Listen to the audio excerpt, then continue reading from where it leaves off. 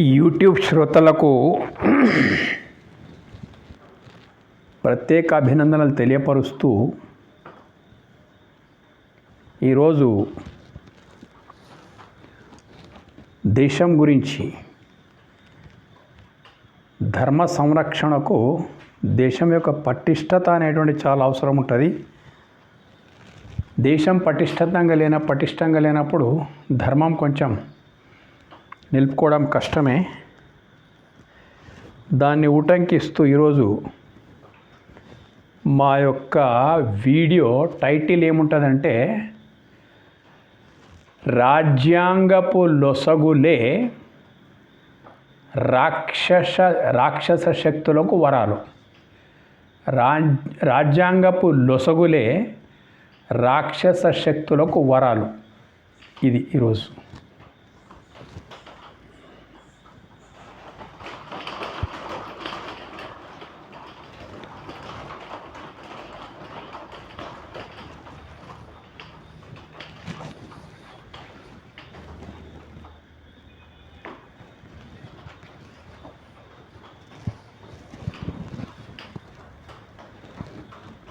చాలా ముఖ్యమైనటువంటిది ఈరోజు ఇది.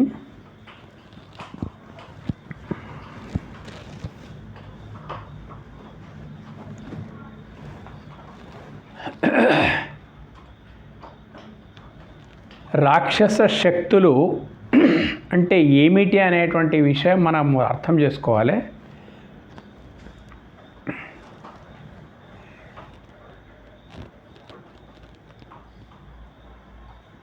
రాక్షసులు ఎప్పుడే కానీ పురాణాల లోపల, ఇతిహాసాల లోపల మనం వెళ్ళిపోతే ప్రపంచమంతా మేమే ఉండాలి, మా భావజాలమే ఉండాలి, మా అడుగులకు మడుగులొత్తుతూ ప్రపంచ జనాభా అంతా ఉండాలి. ఇది పురాణాల లోపల రాక్షసుల యొక్క ప్రవృత్తి. ఈ నేపథ్యం లోపలనే చాలాసార్లు చెప్పినాము. హిరణ్యకశ్యపుడు కానీ, తారకాసురుడు, రావణుడు, నరకాసురుడు, భస్మాసురుడు, రకరకాల అసుర పేర్లు ఏవైతే వచ్చినాయి కదా, భావజాలం అంతా వాళ్ళది ఒక్కటే. మేం అన్నట్లే దేవుడు, ఆ దేవుడు అనేదానికి మేము చెప్పిన అర్థమే అర్థము, మేము పోయే మార్గమే మార్గము, అంతే. ఎదురాడకూడదు. మేం ఏ బాటలు నడిస్తే మీరు ఆ బాటలనే నడవండి, నడవలేదో మీకు పుట్టగతులు ఉండవు. ఇవి రాక్షస భావజాలం అన్నట్టు. ఇది ఏదో కొత్తగా ఈరోజు పుట్టుకొచ్చింది కాదు. దైవీ సంపత్తి, అసురీ సంపత్తి అని ఇవి నిరంతరంగా రాత్రి పగల్లా కొనసాగుతూనే ఉంటాయి అన్నట్టు. రాత్రి చీకటి, పగలు వెలుతురు మాదిరిగా ఈ భావజాలాలు కొనసాగుతూనే ఉంటాయి. ఇప్పుడు కూడా ఉన్నాయి. పేర్లు మారవచ్చు, ప్రవృత్తులు మారవచ్చు, వేషభూషాదులు మారవచ్చు. ప్రవృత్తి మాత్రం రాక్షస ప్రవృత్తి, దైవీ ప్రవృత్తి రెండు ఎప్పుడు కూడా మార్పులు లేకుండా అప్రతిహాతంగా రాత్రి మగళ్ళ మాదిరి కొనసాగుతూ ఉంటాయి. మనం వీటికి భయపడవలసిన అవసరం లేదు. ఇది ఏం కొత్తగా వచ్చినటువంటిది కాదు, ఏదో మనల్ని బ్రింగ్ చేస్తామనే ప్రసక్తి లేదన్నట్టు. ఇది రాక్షస ప్రవృత్తి. వాళ్ళది ఏంటిదంటే నయాన, భయాన, భయపెట్టి వాళ్ళ భావజాలం. చంపడానికి పోయి చచ్చైన ఘోర రాక్షస దుశ్చర్యలకు పాల్పడి భూగోళం పైన వాళ్ళు ఏం చేస్తారంటే అశాంతిని రేకెత్తించి, అల్లకల్లోలాలు సృష్టించి, దుర్మార్గపు క్రూర నినాదాలతో,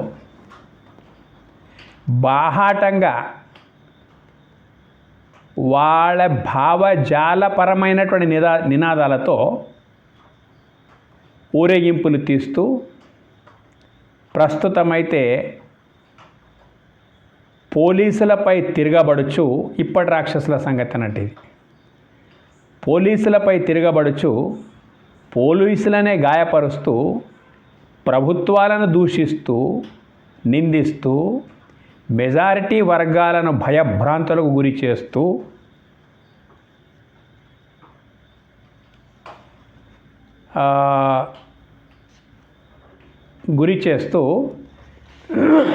ఇప్పటి రాక్షస కృత్యాలు వేరే అన్నట్టు. అప్పటి రాక్షసులు తపస్సు చేసి గొప్ప అస్త్రశస్త్రాలు అవన్నీ సంపాదించి ఆ లెక్కలు వేరే ఉండే అన్నట్టు. ఇప్పటి రాక్షసుల లెక్కలు ఇవి అన్నట్టు. ఇంకోసారి వినండి. నయానా భయాన చంపడానికి వచ్చి చచ్చినా పర్వాలేదు, ఆత్మాహుతి దళాలు చూసినాం కదా. ఘోర రాక్షస పరమైన దుశ్చర్యలకు పాల్పడి భూమండలంలో అశాంతిని రేకెత్తించి అల్లకల్లోలాలు సృష్టించి దుర్మార్గపు క్రూర నినాదాలతో బాహాటంగా భావజాలపరమైనటువంటి నినాదాలతో జనసంఖ్యను సమకూర్చుకొని ఊరేగింపులు తీస్తూ చట్టవిరుద్ధమైన చర్యలకు పాల్పడుతుంటే పోలీసులు కల్పించుకుంటే పోలీసులపైనే తిరగబడుచు పోలీసులనే గాయపరుస్తూ ప్రభుత్వాలను దూషిస్తూ నిందిస్తూ మెజారిటీ వర్గాలను దుశ్చర్యలతో భయభ్రాంతులకు గురి చేస్తూ రాళ్ళు దొరికితే రాళ్ళు, ఇటుకలు దొరికితే ఇటుకలు సమకూర్చుకొని వాటికి సపోర్ట్గా కత్తులు, కొందరు తుపాకులు, ఇంకా కొందరు బాంబులు ప్రయోగిస్తూ శత్రు దేశాల జెండాలను బాహాటంగా ఎగురవేస్తూ దేశ వ్యతిరేక నినాదాలు చేస్తూ మత ఉన్మత్త పైశాచిక తత్వంతో పెట్టరేగుచున్న శక్తులను అణిచివేసి తిరిగి అలాంటివి తలెత్తకుండా ఉండే శిక్షా స్మృతులు, కఠిన చట్టాలు ప్రస్తుత రాజ్యాంగంలో ఉన్న అంత కట్టుదిట్టంగా లేవు. రాజ్యాంగ రచన ఏదైతుందో రాజ్యాంగపు లొసగులే రాక్షస శక్తులకు వరాలంటే ఇది అన్నట్టు. మొత్తం మీద చట్టాలు కఠినంగా లేవు. ఎంత కఠోరమైనటువంటి వాళ్ళు నేరాలకు పాల్పడ్డప్పటిగా కానీ నాన్ బెయిలబుల్ వారెంట్ కింద తీసుకోపోవడము, వాళ్లకు ఏదో న్యాయ సంబంధమైనటువంటి న్యాయ విచారణకు అప్పగించడము, 14 రోజులు అనడము, ఆ తర్వాత ఏదో ఒక రకంగా లొసగులను ఆలంబన చేసుకొని సాక్ష్యాలను తారుమారు చేసి తిరిగి వాళ్ళు బయటికి రావడము. ఏ లక్షలకొక్కరికి మరణశిక్ష పడదో తెలియదు కానీ నడుస్తూ ఉందన్నట్టు. మొత్తం మీద ఈ రకంగా రాజ్యాంగంలో ఉండేటువంటి లొసుగులు ఏవైతే ఉన్నాయి కదా, వాళ్ళ పాలిట వరాలుగా మారిపోతున్నాయి రోజు రోజుకు. చూస్తూ ఉన్నాము, మీకు కూడా తెలుసు.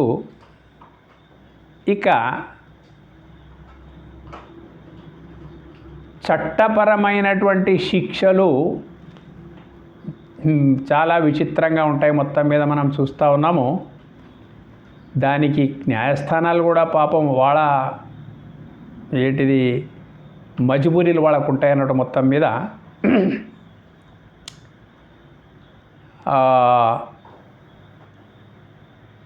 కొందరికైతే నేరస్తులకు వాళ్ళు చనిపోయిన తర్వాత మరణశిక్షలు పడతాయి అన్నట్టు. ఇంకా మరణశిక్ష ఇంకా దేనికి ఇచ్చేది మొత్తం మీద. ఇటువంటి లొసుగులు ఉన్నాయి అన్నట్టు. మొత్తం వెరీ ఇమీడియట్, ఎన్ని ప్రత్యక్ష సాక్ష్యాధారాలు ఉన్నప్పటికైనా కానీ ఏమీ చేయలేని పరిస్థితి. అజమల్ కసబ్ లాంటి దేశద్రోహులను కూడా ఎంతో కోట్ల రూపాయలు పెట్టి జైల్లో వారిని సాది చివరికి ఏమో ఇటువంటి అన్నీ రాజ్యాంగపు లొసుగులు ఉన్నాయన్నట్టు మొత్తం మీద. ఇక రెండవది, ఇది సువిశాలమైనటువంటి భారతదేశం. 140 కోట్ల జనం, కోట్లాది వివాదపు కేసులు ఉన్నాయి. 79 సంవత్సరాల స్వాతంత్రం వచ్చి లక్షలాది కేసులు పరిష్కరించబడిన ప్రస్తుతానికి టీవీల యొక్క సమాచారం ప్రకారంగా అన్ని కోర్టుల్లో సుమారు 6 కోట్లకు పైగా కేసులు ఈ దేశ కోర్టుల్లో అపరిష్కృతంగా పెండింగ్లో పడి ఉన్నాయి. ఒక చిన్న కేసు కూడా సంవత్సరాల తరబడి పోతూ ఉందన్నట్టు. న్యాయం కావాలని చెప్పేసి ఎవడైనా కోర్టును ఆశ్రయిస్తే వాడు బ్రతికి ఉన్నప్పుడు వస్తుందో, వాడు చనిపోయిన తర్వాత వస్తుందో, లేకపోతే వాడు ముసలుడైన తర్వాత వస్తుందో అర్థం కాని పరిస్థితి ఇది న్యాయ వ్యవస్థ యొక్క పరిస్థితి. మాఫియాల రాజ్యం నడుస్తూ ఉంది. న్యాయస్థానం లోపల ఏది తొందరగా పరిష్కారం కాదు అనుకొని మాఫియాలు కూడా సమాంతరమైన కోర్టులు తెరుచుకొని కూకున్న సందర్భాలు అండర్ గ్రౌండ్ లోపల చాలా ఉన్నాయి, అందరికీ తెలిసివి.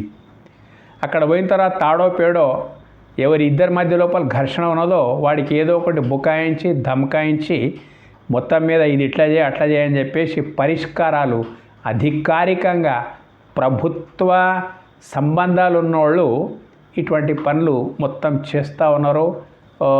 అక్కడక్కడ అవి పరిష్కారం అవుతూ ఉన్నాయి.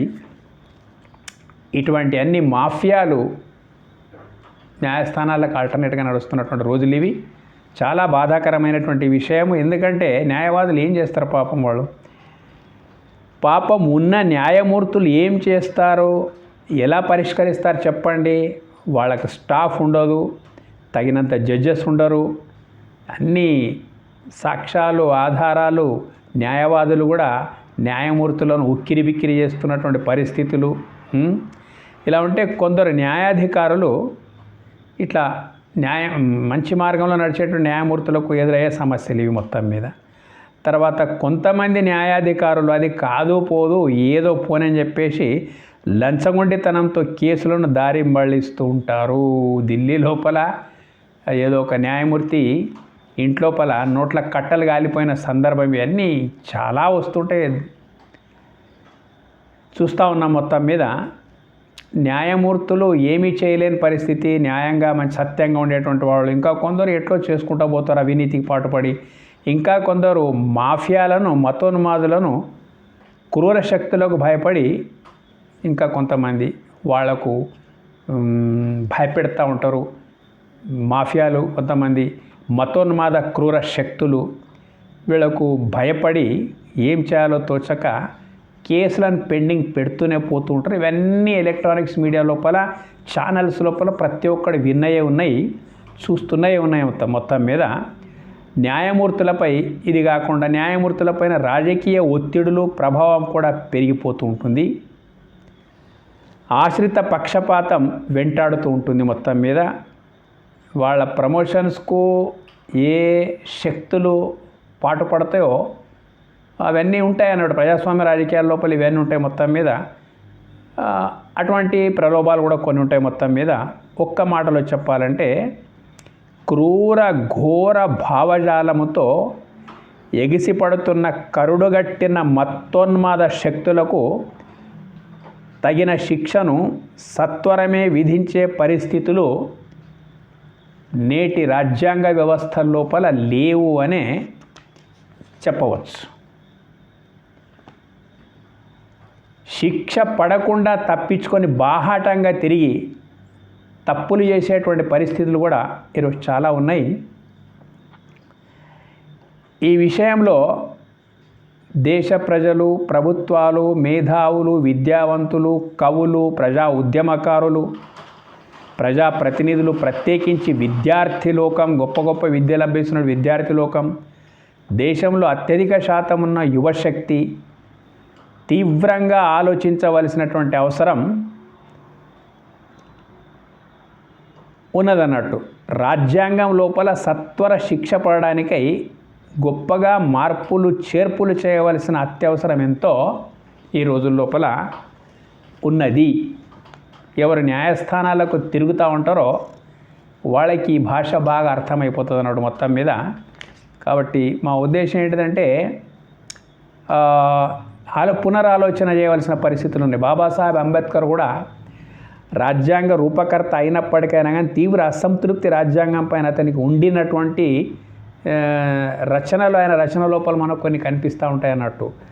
అతడు చాలా లోపభూయిష్టంగా ఉన్నది. ఏదో రూపకల్పన చేసినామంటే చేసినాము, ఇది చాలా కుట్రలతో కూడుకున్నటువంటి ఆంగ్లేయుల యొక్క ఆర్టికల్స్ ఉన్నాయి, యథాతథంగా ఉంచవలసి వచ్చేసింది. దీని ప్రకారంగా సువిశాలమైనటువంటి ఎన్నో మతాలు సంప్రదాయాలతో కూడుకున్నటువంటి భారతదేశం లోపల ఈ లొసగలుంటే మతోన్మాదాలకు చాలా ఊతం ఇచ్చినట్లు అయిపోతాయని చెప్పేసి దేశ విభజన విషయం లోపల కూడా ఆయన తన అభిప్రాయాన్ని బాహాటంగా నిర్మోహమాటంగా వ్యక్తపరిచినటువంటి మహా గొప్ప మేధావి డాక్టర్ బాబాసాహెబ్ అంబేద్కర్. అతడు ఈ రాజ్యాంగానికి మనస్ఫూర్తిగా ఒప్పలేదు. వాస్తవంగా చెప్పాలంటే సంఘ విద్రోహులకు, మాఫియాలకు, మతోన్మాదులకు ఎట్లా మనం శిక్షించగలుగుతామో చాలా సత్వరంగా న్యాయం లభించడం కష్టమైన అభిప్రాయం ఆయన కూడా ఉండిందన్నట్టు మొత్తం మీద. కాబట్టి పాపం అతడు ఎంత చేయాలంత చేసిన మొత్తం మీద ప్రస్తుతం దేశ ప్రజలమైనటువంటి మనం ప్రభుత్వాల లోపలనే పెద్దలు, దేశం లోపల ఎంతోమంది మేధావులు ఉన్నారు, విద్యావంతులు ఉన్నారు. యూట్యూబ్ ఛానల్స్ వచ్చిన తర్వాత ఎలక్ట్రానిక్స్ మీడియా లోపల ఒక్కొక్కరి జ్ఞానం ఎంతో గొప్పగా ఉన్నది బయటపడతా ఉందన్నాడు మొత్తం మీద. చాలామంది మేధావుల కొరత లేదు ఈ దేశం లోపల, విద్యావంతుల కొరత లేదు.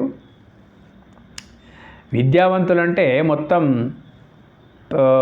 అమెరికా లాంటి అగ్రరాజ్యాల లోపల కూడా విద్య వైభవం ఏమిటిదో ప్రదర్శించి వాళ్ళెంతో గొప్ప స్థాయి లోపలికి వెళ్ళిపోతున్నారు. కానీ ఇటువంటి విషయాలు ఆలోచించడానికి ఆ విద్యావంతులు కూడా సిద్ధం లేరు. యంత్రాల మాదిరిగా పనిచేయడము, వేతనాలు తీసుకోవడము, ఎంజాయ్ చేయడమే అత్యధిక శాతం విద్యావంతుల లోపల నడుస్తుంది. ఈ దేశం లోపల మనం ఉన్నామో ఆ దేశం గురించి విద్యావంతులు ఆలోచించకపోతే ఎవరు ఆలోచిస్తారు? కవులున్నారు. స్వాతంత్ర సమరం లోపల విద్యావంతులదే ఉన్నత పాత్ర ఉండింది. మొత్తం స్వాతంత్ర సమర యోధులంతా ఎక్కువ మట్టుకు న్యాయవాదులే ఉండినరు, పెద్ద పెద్ద కవులు ఉండినరు, ప్రజా ఉద్యమకారులు ఉండినరు. వాళ్ళంతా దేశం కొరకు ప్రాణాలు కూడా అర్పించిండ్రు. ప్రజాప్రతినిధులు ఆ రోజుల్లో, ప్రత్యేకించి ఈ రోజుల్లో విద్యార్థులు ఎంతమంది ఉన్నారంటే విద్యావంతుల యొక్క శాతం పెరిగిపోయింది. కాబట్టి విద్యార్థి లోకం, విద్య అంటే ఏంటిదో అర్థం కాని పరిస్థితి వచ్చేసింది. విద్య అంటే ఒక ఏంటిదంటే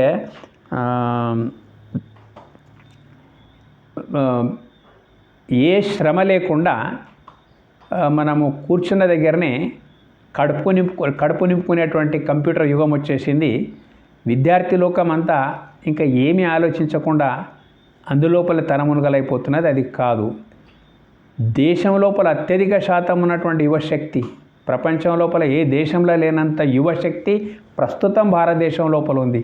ఇంకా కొన్ని రోజులైతే ఏమవుతుందో తెలియదు. మొత్తం మీద ఆ యువశక్తి అసలు ఏం చేస్తూ ఉన్నారు అనేటువంటి విషయానికి వచ్చేస్తే భక్తి కార్యక్రమాలు, ఉత్సవ కార్యక్రమాలు అన్నిట్లోపల పాల్పంచుకుంటూ ఉంటారు మొత్తం మీద. కానీ వాస్తవమైనటువంటి సనాతన భారతీయ సంస్కృతి అంటే ఆధ్యాత్మిక జ్ఞానానికి యువశక్తి కూడా నోచుకోవడం లేదు. వీళ్ళందరూ కూడా తీవ్రంగా ఆలోచించవలసిన అవసరం చాలా అత్యవసరం ఉందన్నట్టు. ఏంటిది అవసరం అంటే రాజ్యాంగం లోపల ఈ యొక్క దుర్మార్గులకు, ఉన్మాదులకు, ఇంతవరకు చెప్పినటువంటి వాళ్ళకు మొత్తం మీద రాజ్యాంగంలో సత్వర శిక్ష పడడానికై గొప్ప మార్పులు, చేర్పులు, రాజ్యాంగ సవరణ చేయవలసినటువంటి అత్యవసరం చాలా ఉంది అనేటువంటి విషయం మనం మర్చిపోకూడదు. ఇక పోతే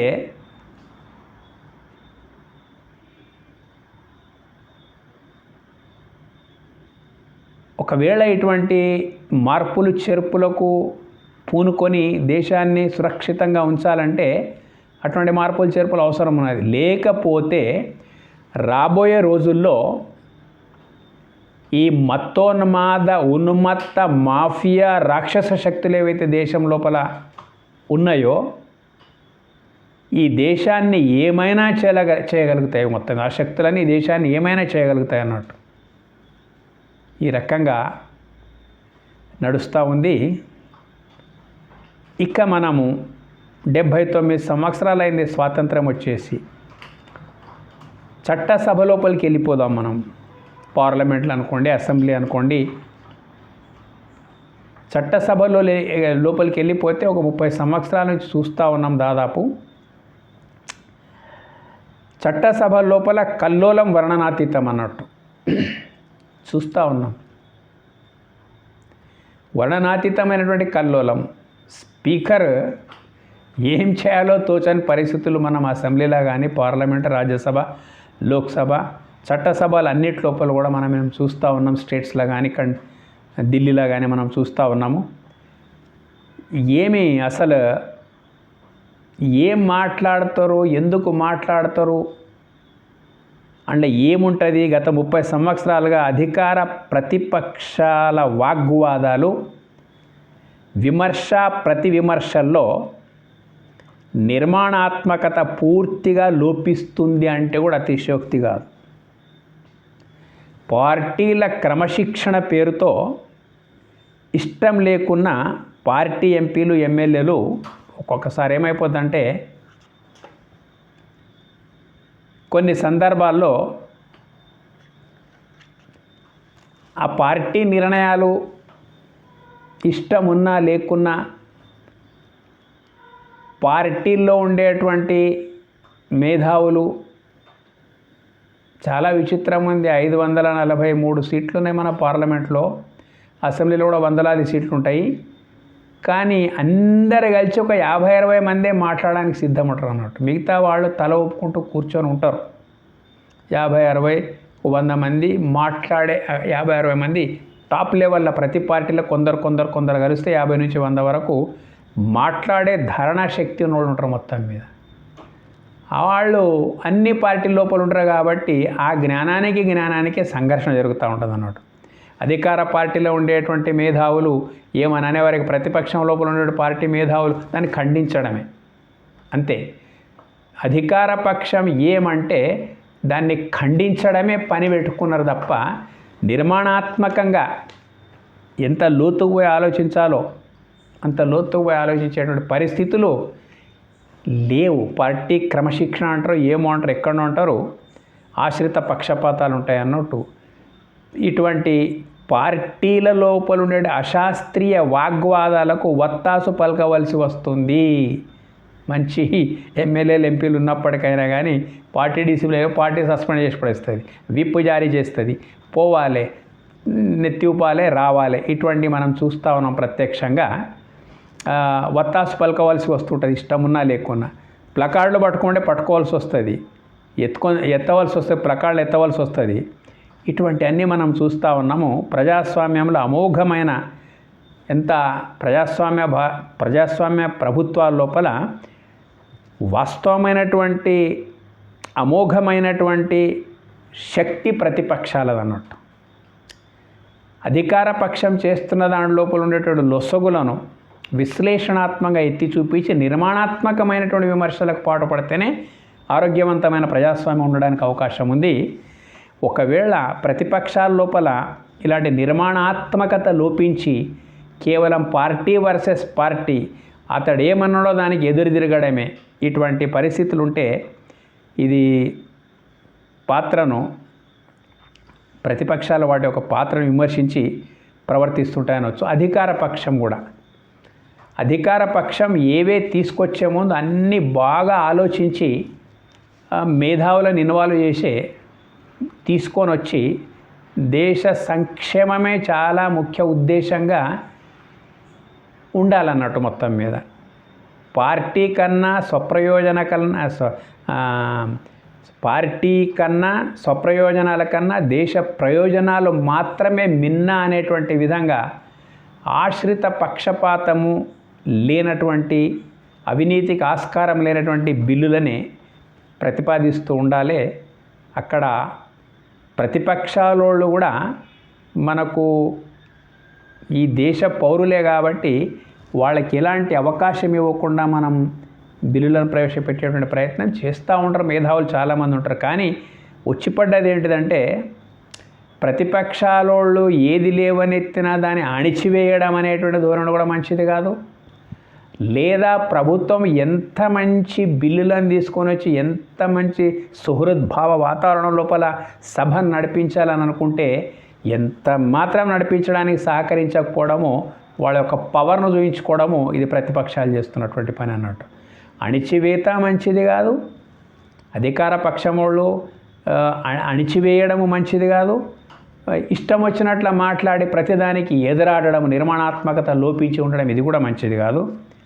కొన్ని బిల్లులు, ఆర్డినెన్సులు, కొత్త చట్టాలు, రూపకల్పనలు ఏమైనా వ్యతిరేకించడం అనవాయితీగా మారిపోయింది అన్నట్టు. వ్యతిరేకించకుండా ఏ ఒక్కటి వందలకొకటి ఆమోదిస్తారో తప్ప ఈ విమర్శ ప్రతి విమర్శల లోపలనే చాలా ఈ మధ్య లోపల పార్లమెంట్ స్టార్ట్ అవుతుంది అంటే టీవీ లోపల మనం చూసి ఏమన్నా మంచి మాటలు బాగా ఆడతారేమో అనుకుంటే ఘర్షణలు అన్నట్టు. పార్లమెంట్ నుంచి మనం ఏం నేర్చుకుంటున్నాం అనేటువంటిది, పార్లమెంట్ ఒక చట్టసభ, దేశంకి ఒక దేవాలయం. అది దాని లోపల నుంచి వచ్చేటువంటి ప్రతి విషయం ఎంతో నిర్మాణాత్మకంగా ఉండాలి. కానీ అట్లా లేకుండా పోతున్నది. చూడండి, చట్టసభలో ఒకరోజు ఖర్చు లోక్సభ, రాజ్యసభల్లో అనేక కోట్లల్లో ఉంటుందన్నట్టు. రాష్ట్రాల్లో చట్టసభల ఖర్చు కూడా ఇలాగే చాలా ఉంటుంది. దీన్ని లెక్క చేయకుండా రచ్చబండ, వీధి పోరాటాల్లాగా చట్టసభల ప్రదర్శన మారిపోతూ ఉంది. చట్టసభలను విమర్శించడం నా ఉద్దేశం కాదు, కానీ ఇలాంటివి జరుగుతూ ఉన్నాయి. రాజకీయ పక్షాలు ఇటువంటి పరిస్థితులకు తెస్తూ ఉన్నాయి అన్నట్టు. విమర్శ అనేటువంటి నిర్మాణాత్మకమై ఉండాలి. తప్పకుండా విమర్శించకుండా ఉండలేము. ప్రతిపక్షం అంటేనే ప్రజాస్వామ్య వ్యవస్థకు గుండెకాయ లాంటిది. అయితే ఆశ్రిత పక్షపాతం ఉండకూడదు. విమర్శన నిర్మాణాత్మకమై ఉండాలి. అంతేగాని పార్టీ డిసిప్లిన్కు లోబడి మనము ఏదో ఒకటి అట్లా ఆశ్రిత పక్షపాతం ఉండకూడదు. ఇకపోతే చాలా ముఖ్యమైనటువంటి విషయము, పార్లమెంట్ 20 రోజుల కొరకు, 30 రోజుల కొరకు, 40 రోజుల కొరకు, 8 రోజుల కొరకు ఈ రకంగా అప్పుడప్పుడు టైం నిర్దేశించి దాని ప్రకారం పార్లమెంట్ అవి సభలు నడుస్తూ ఉంటాయి. కానీ బాగా విశ్లేషించి చూస్తే 70% సమయము ఘర్షణలకే పోతుంది అన్నట్టు మొత్తం మీద. ఈ రోజు పార్లమెంట్ ప్రారంభమైందంటే రభస, దాన్ని పెండింగ్ చేయడము, మళ్ళీ రేపు అనడము, ఎల్లుండి అనడము, ఈ రకంగా 70% సభా సమయము ఏదైతుందో ఆ రోజులు 70% రోజులు వృధా అవుతున్నాయి. ప్రజాస్వామ్య దేశంకి ఇది ఆరోగ్యవంతమైనటువంటి సూచన కాదు అనేటువంటి విషయం మనం తెలుసుకోవాలి. ఇటువంటప్పుడు మళ్ళీ ఇంకా ప్రతిపక్షాల నిర్మాణాత్మకత సహకారం లేకపోతే, నిర్మాణాత్మకమైనటువంటి ప్రతిపక్షాల సహకారం లేకపోతే చట్టసభలు అర్థం లేకుండా పోతాయన్నట్టు. డ్రైవర్ మత్తులో ఉంటే బస్సు తుస్సుమన్నట్లు దేశం ప్రమాదపు టంచుల్లోపలికి వెళుతూ ఉంది. చూడండి, ఒక్కటి దేశ పరిపాలనకు 4 స్తంభాలు ఉన్నాయి. ఒకటి చట్టసభలు, రెండవది కార్యనిర్వాహక, మూడవది న్యాయస్థానాలు, నాలుగవది పత్రికలన్న అతిశయోక్తి కాదు. ఈ 4 స్తంభాల మీద దేశ వ్యవస్థ ఉంది. కానీ 4 వ్యవస్థల లోపల కూడా గందరగోళమే నెలకొనింది. ఇప్పుడు చట్టసభల లోపల ఒక రకంగా, కార్యనిర్వాహక వర్గాల లోపల ఎట్లుంటుంది మొత్తం మీద, వాళ్ళందరూ బాగా చదువుకున్న వాళ్ళు, ఐఏఎస్, ఐపీఎస్ ఆఫీసర్స్, పెద్ద పెద్ద మేధావులు, కాంపిటేటివ్ ఎగ్జామ్స్ పాస్ అయి వచ్చినటువంటి వాళ్ళు ఉంటారు, చాలా చురుకుగా ఉంటారు అన్నట్టు. కానీ ప్రజాప్రతినిధులు, చట్టసభల లోపల ఉన్నటువంటి వాళ్ళు వాళ్ళ ఆధారంతోనే వీళ్ళు నడుస్తూ ఉంటారు. అక్కడ కూడా గందరగోళమే. కార్యనిర్వాహకం లోపల కూడా, చట్టసభల్లో. న్యాయస్థానాల లోపల ఇక న్యాయం లభించడమే చాలా కష్టమైనటువంటి పరిస్థితులు మనం ఏది చూస్తున్నామో ఇవి. 4వది పత్రికలు. ఎలక్ట్రానిక్స్ మీడియా, టీవీలు ఇవన్నీ పత్రికలు అన్నాడు. సరే, వాళ్ళు ఏం చేస్తారు? అందరి ప్రకారంగా వాళ్ళు కూడా అందరి మాదిరిగానే ఉండవలసి వస్తుంది అన్నట్టు. ఆశ్రిత పక్షపాతం పత్రికలకు కూడా ఉన్నది, అవినీతి పత్రికల లోపల కూడా ఉన్నది. ఇక పత్రికల లోపల కూడా వ్యవస్థ ఎట్లుండో పత్రికలు అట్లాగే ఉంటాయి. ఈ 4 వ్యవస్థలు ఇట్లా అస్తవ్యస్తంగా ఉంటే ప్రజలకు నిజమైనటువంటి ఎక్కడ దొరుకుతుంది? ఇటువంటి లొసగులు ఏవైతే ఉన్నాయో దేశ వ్యవస్థల లోపల, ఇటువంటి లొసగులు బాగా వినియోగం చేసుకొని ఎట్లా లాభపడాలో ఎవరికి తెలుస్తుంది? అంతా ఈ దేశం లోపల ఉండేటువంటి ఈ మతోన్మాద శక్తులకు, మాఫియాలకు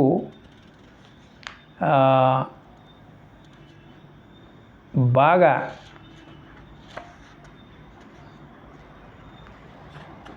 ఈ లొసగులన్నిటిని ఉపయోగించుకొని ఎక్కడ ఎలా మసులుకోవాలనో కాపు కాసుకొని కూకుంటారు అన్నట్టు.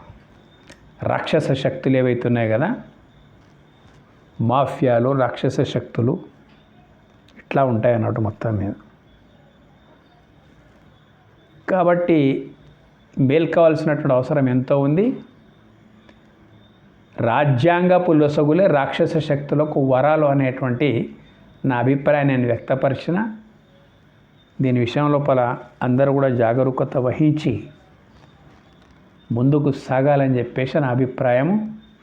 ఈ వీడియో మీకు నచ్చితే సబ్స్క్రైబ్ చేయండి. ఇంకా ఈరోజు కేవలము దేశం కోసమే పెట్టినటువంటి వీడియో ఇది. ధన్యవాదాలు.